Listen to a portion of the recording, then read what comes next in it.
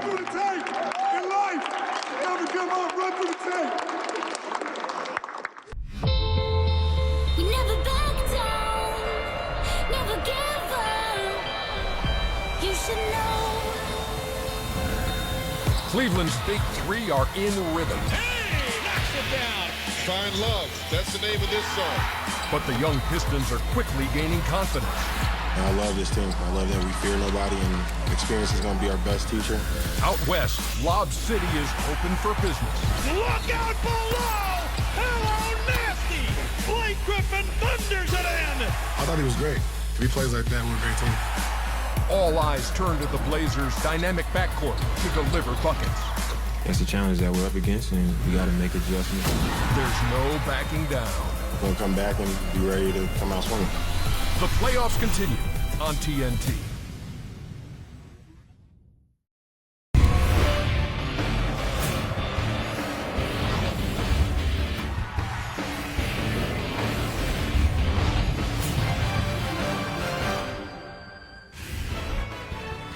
Playoff action already underway on this Wednesday night on NBA TV. Game 2 between the Hornets and the Heat, much closer than Game 1, which was 123-91 in favor of the Heat.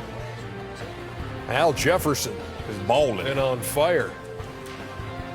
16 points in the second quarter, and a tight one going there late in the first half. Welcome back to the NBA playoffs on TNT. First up tonight, Pistons and Cavs from Cleveland with Brian Anderson, Steve Smith, and Craig Sager. Then the Blazers and Clippers called by Marv Albert, Kevin McHale, and Jamie Maggio. And if it's all right with all of you at home, we are not going to talk about this first game, Detroit and Cleveland, in this pregame show. We're going to talk about Pearl Washington, because Pearl Washington died today at the age of 52, had a brain tumor that was diagnosed last summer. Moment of silence tonight in Miami, where he played one season, his final NBA season of a 3-year career. You saw Patrick Ewing there. Such great battles that Syracuse and Georgetown had in the Big East. And so Pearl Washington, at the age of 52, is gone. Kenny Smith, you guys go back a long way on New York basketball. Just tell me the story. Well, you know, he was a man amongst boys. You know, for us, you know, he was the guy and the rabbit that we all chased. You know, we came out the same class.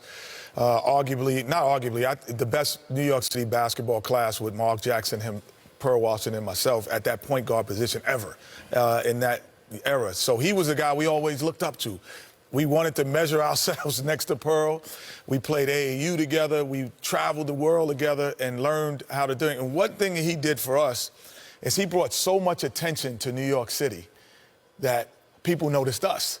So I'm so happy before he passed, I got an opportunity, you know, maybe like 8 years ago. I called him up and I said, I just want to thank you, man. He's like, thank you for, I said, thank you for being who you were. Because I would never be who I am if it wasn't for you. And Mark Jackson, I know, would not be who he is because of him. And his brother loved, you know, D and everybody. We just, you know, I just sent out my condolences to the family because he made New York City basketball for my era. He made it what it was. Charles and Shaq, I'll get to you in 1 second on this. I want to listen to what Jim Boeheim had to say today, his coach at Syracuse, because it was very tough for Jim Boeheim to get through the press conference. And he went a couple of different ways in the course of his comments. And part of that was how the Pearl Washington of the Syracuse days kind of relates to Steph Curry of today. Listen to this.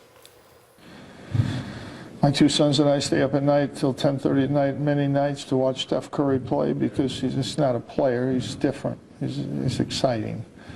People tell me all the time that's what they stayed up to watch Pearl Washington, or they made a point to watch Pearl Washington play. I've had great players, Tim Hardaway for one, come up to me and says, you know, I learned my move, crossover, watching Pearl. That's where I got it.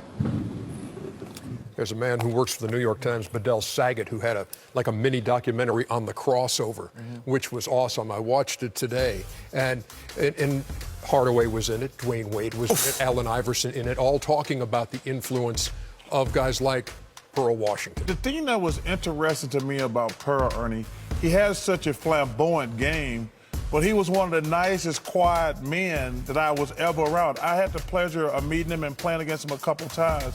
But the thing that was like because you watch him play, and he plays with so much energy, enthusiasm, and flamboyance. But he was really just a nice guy and really quiet and actually almost shy.